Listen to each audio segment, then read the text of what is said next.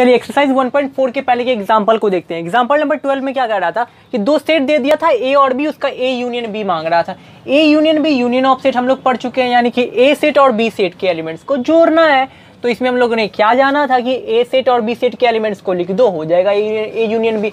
बशर्ते एक कंडीशन है कि दोनों में अगर कुछ कॉमन है तो उसको एक बार लिखना है ना।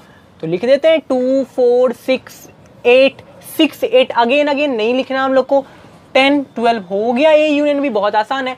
और इसमें बोल रहा था कि दो सेट दे रखा है, एक सेट ए जिसमें कि element A E I O you है, दूसरा सेट है बी जिसमें कि ए आई यू एलिमेंट है।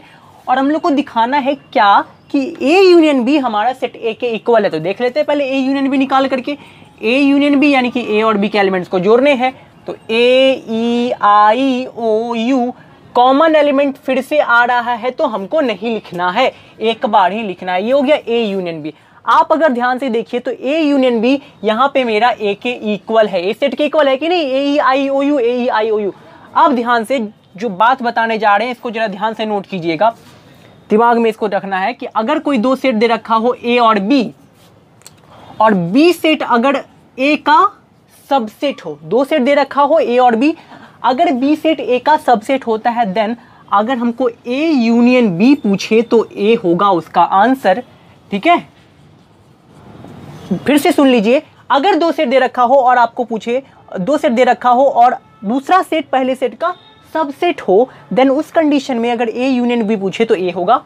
या अगर आपको ये ना पूछ करके ए इंटरसेक्शन बी पूछेगा तो ये हमारा बी होगा। यही चीज तो है यहाँ पे गाइस। देखो तो ये जो बी सेट है इस ए सेट का सबसेट है कि नहीं, दो सेट दे दिया है और जो दूसरा सेट है वो पहले सेट का क्या है, सबसेट है। तो ए यूनियन बी मेरा ए के बराबर हुआ, सबसेट है तो ए यूनियन बी ए के बराबर हुआ ना।